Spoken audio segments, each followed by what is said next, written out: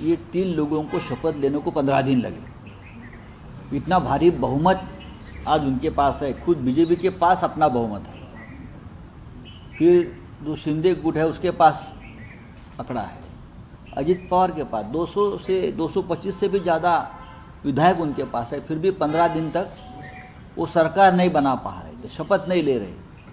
और कल शपथ ग्रहण कार्यक्रम हुआ, उसमें सिर्फ 3 लोगों ने शपथ लिया। यानी अभी भी महाराष्ट्र से कि बड़े राज्यों को पूरी सरकार नहीं मिल रही है।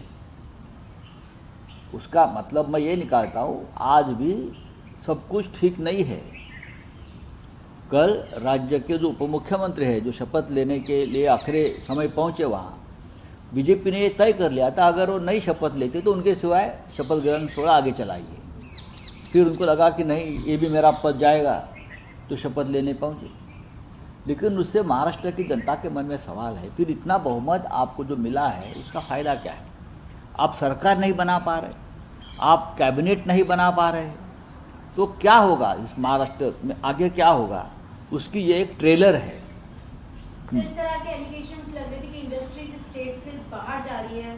फडणवीस ने कहा है कि ये एलिगेशंस जो है ये सारे गलत है। नहीं, ये एलिगेशन गलत नहीं है। देवेंद्र जी अपने दिल पे हाथ रख कर कहना चाहिए कि 5 साल में महाराष्ट्र के बारे में क्या हुआ है, क्या गलत हुआ है, कितने प्रोजेक्ट्स, हाँ, कितनी योजनाएं, कितनी केंद्रीय कार्यालय महाराष्ट्र से उठाकर गुजरात राज्य में चले गए हैं। हाँ, उनको मालूम है, उनकी सरकार केंद्र में है, लेकिन महाराष्ट्र की बात कोई जोर से रखने को तैयार नहीं है केंद्र के सामने। हमारा रोजगार चला गया है, हमारा इंटरनेशनल फाइनेंस सेंटर चला गया है, हाँ, हमारा वेदांत फॉक्सकॉन जैसा प्रोजेक्ट चला गया है, हमारा ड्रग्स पार्क चला गया है। ऐसी कितनी बातें मैं कहूँ तो चली गई है। हमारा टाटा एयरबस का प्रोजेक्ट चला गया है गुजरात में। मेरा सवाल है कि गुजरात महाराष्ट्र का हमारा भाई है, हम हमेशा, हमारा रिश्ता भाई का रहा गुजरात के साथ। लेकिन जब से केंद्र में सरकार आई है, ये भाई भाई का रिश्ता मोदी और शाह जी ने तोड़कर महाराष्ट्र को अलग थलग करने की कोशिश की। अगर कुछ प्रोजेक्ट वाराणसी में, गुजरात में की बजाय यूपी में जाते, बिहार में जाते, तो हम मानते। एक ही राज्य में क्यों जा रहे हैं? यही सवाल ममता बनर्जी पूछ रही है, दीदी पूछ रही है, यही सवाल अखिलेश जी पूछ रहे हैं, यही सवाल तेजस्वी जी पूछ रहे हैं, सभी लोग यही सवाल पूछ रहे हैं ना। महाराष्ट्र की बात छोड़ दीजिए।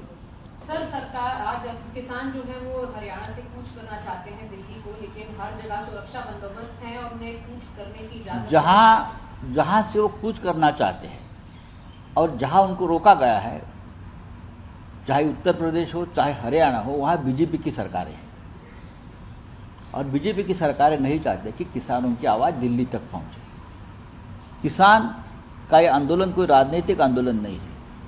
हाँ, उनकी ज़मीनें छीन ली है प्रोजेक्ट के लिए, उनका मुआवजा उनको नहीं मिला है, एमएसपी की मांग है, इनकम डबल करने की आपकी जो घोषणा थी उस बारे में वो पूछना चाहते हैं। हमारे सम्मानीय उपराष्ट्रपति जगदीप धनखड़ जी ने भी यही सवाल 4 दिन पहले पूछा था कृषि मंत्री जी के सामने। क्या किसान आंदोलन कर रहे हैं और उनकी ये मांगे हैं, ये मांगे जब किसान मांग रहे थे तो आपने उनको आश्वासन दिया था, या सही या गलत है? ये सवाल अगर हमारे उपराष्ट्रपति जी ने पूछा है, जो संवैधानिक पद पर बैठे हुए सबसे बड़ी व्यक्ति है, तो मैं मानता हूँ उपराष्ट्रपति जी ने देश के मन की बात सरकार के सामने रखी है और उसके लिए देश उनका आभारी है।